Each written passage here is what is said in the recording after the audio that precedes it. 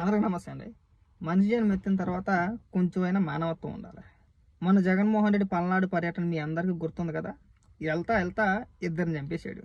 ఇద్దరిని కావాలని చెప్పేసి చంపేశాడు. నేను ఎందుకు అంటానంటే, స్వయంగా ముందు జగన్మోహన్ రెడ్డి కాన్వాయ్లో ఒక వాహనం అని చెప్పేసి అని, లేదు లేదు జగన్మోహన్ రెడ్డి కాన్వాయ్లో వాహనం కాదు, అదొక ప్రైవేటు వాహనం అని చెప్పేసి అని చాలామంది మేధావులు చాలా రకాలుగా ప్రయత్నాలు చేశారు, రుద్దే ప్రయత్నం చేశారు, అబద్ధాలు చెప్పే ప్రయత్నం చేశారు. అయితే ఈరోజు వచ్చిన వీడియో చూస్తే నిజంగా షాక్ అయ్యానండి. తొక్కేసింది ఎవరో కాదు, జగన్మోహన్ రెడ్డి కారే. జగన్మోహన్ రెడ్డి ప్రయాణించే కారు కింద ఒక వ్యక్తి పడిపోతే ఆ వ్యక్తిని కుక్కని లాగినట్టు లాగి బయట పడేసి పక్కన పడేసి, జగన్మోహన్ రెడ్డి కారు కూడా ఆపకుండా, జగన్మోహన్ రెడ్డికి తెలిసండి మన కారు ఆల్రెడీ ఒక వ్యక్తి మీదకి ఎక్కేసింది, మనం ఒకరిని తొక్కించేసాము అని జగన్మోహన్ రెడ్డికి తెలిసి కూడా ఒక్క నిమిషం కూడా అక్కడ ఆగకుండా తన అభివాదం చేసుకుంటూ వెళ్ళాడంటే మరి జగన్మోహన్ రెడ్డి మనిషి అనాలా, పశువు అనాలా? నా దృష్టిలో జగన్మోహన్ రెడ్డి మనిషి కాదు, పశువు కాదు, ఒక రాక్షసుడు. మీకు ఆ వీడియో చూపించే ప్రయత్నం చేస్తా. కమ్యూనిటీ గైడ్లైన్స్ పడుద్ది అనుకుంటా, పడినా పర్లా. క్లియర్గా చూడండి, కనబడుతుంది మీకు. అదిగో కేకలాడుతున్నారు, అదిగో అదిగో చూసారా, మనిషిని చూసారా? నేను పూర్తిగా చూపించకూడదు కదా, చూపించట్లా. ఇదిగోండి జగన్మోహన్ రెడ్డి అభివాదం చేయండి.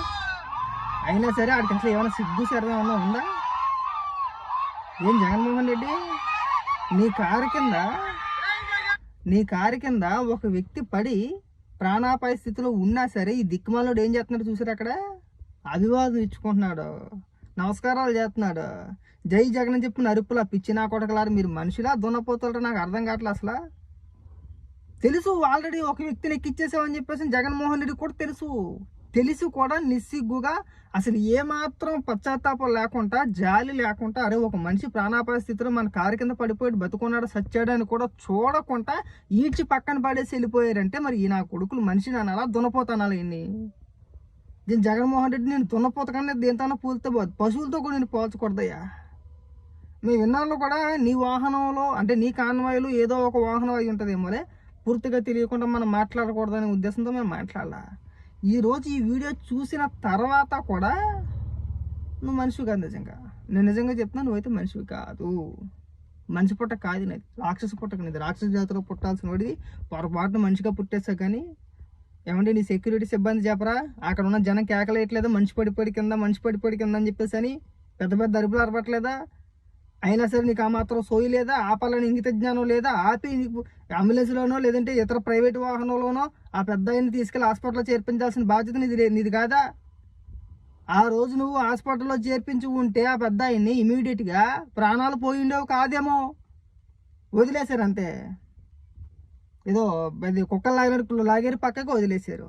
దాదాపు ఒక అరగంట 40 నిమిషాల పాటు ఆ గాయాలతోనే వాటితోనే ఆ పెద్ద ఆయన నానా ఇబ్బందులు పడి హాస్పిటల్ తీసుకెళ్ళేలాగా ఆయన చనిపోయాడు. హాస్పిటల్లోనే చనిపోయాడు ఆయన. మరి మిమ్మల్ని ఏమన్నారు అసలు? కానీ మీరు మిమ్మల్ని మనుషులు అన్నారా, పశువులు అన్నారు మిమ్మల్ని? ఇంతకు మించిన దారుణం ఇంకోటి ఉంటుంది, ఎక్కడైనా ఉంటుందా? మళ్ళీ అదోసోలు చెప్పొద్దండి, జగన్మోహన్ రెడ్డికి ఏం తెలుసు అని అదోసోలు చెప్పొద్దు. తెలియదు అంతమంది సెక్యూరిటీ జగన్మోహన్ రెడ్డికి చెప్పరా? ఏం జరుగుతుంది ఏంటని చుట్టూ ఉన్న వ్యక్తులు చెప్పరా? వేరే కారు కాదండి, స్వయంగా జగన్మోహన్ రెడ్డి కారే కదా.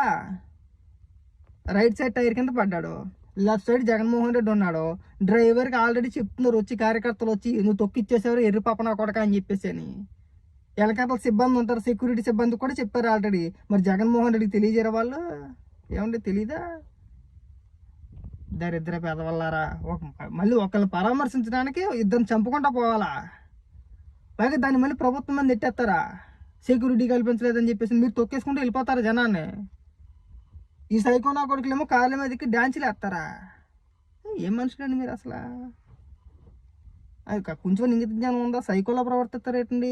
చూడండి కూడా కారు మీదకి డ్యాన్సులు వేస్తున్నాడు ఇటు.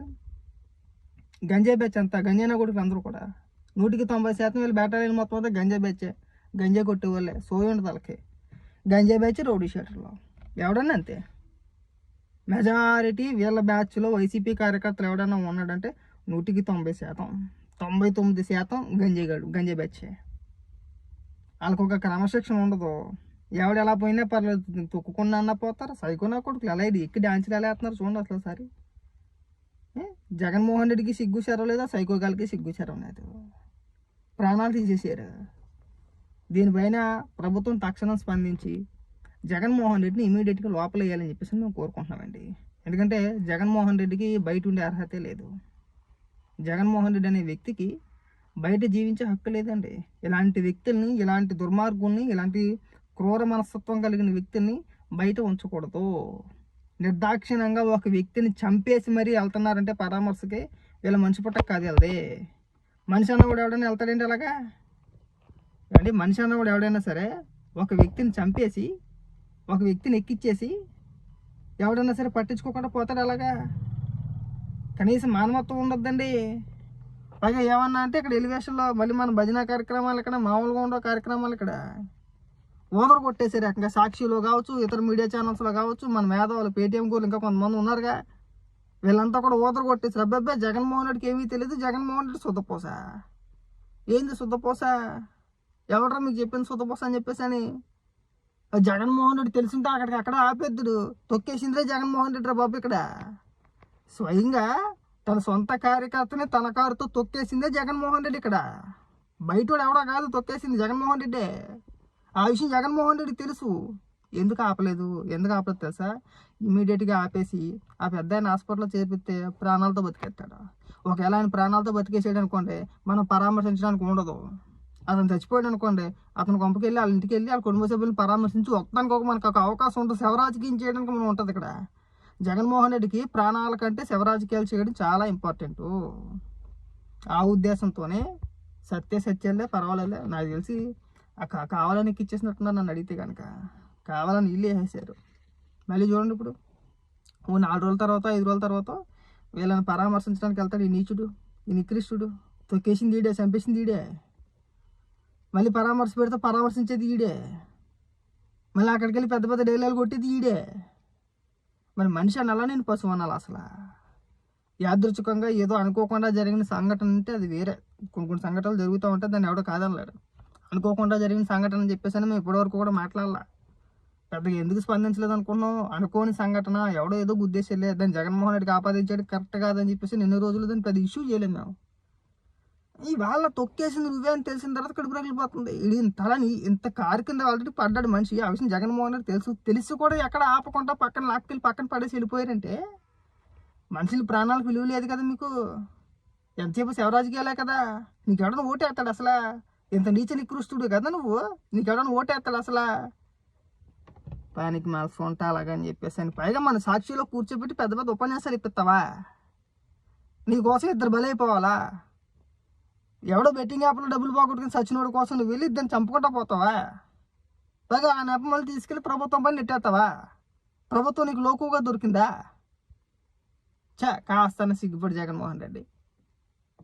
ప్రభుత్వం జగన్మోహన్ రెడ్డిని ఇమీడియట్గా అరెస్ట్ చేయాలండి. ఇంతకు మించిన ఆధారం ఎవడు సంపాదించలేమో నాకు తెలిసి. కళ్ళకు కట్టినట్టు క్లియర్గా కనబడుతుంది. జగన్మోహన్ రెడ్డి కాన్వాయే తొక్కేసింది. తొక్కేసి ఆపకుండా వెళ్ళిపోయారు నిర్లక్ష్యంగా. ఇది హిట్ అండ్ రన్లోకి వచ్చింది. నాకు తెలిసి బెయిల్ కూడా రాదు. ఇలాంటి కేసులకి బెయిల్ కూడా రాదు.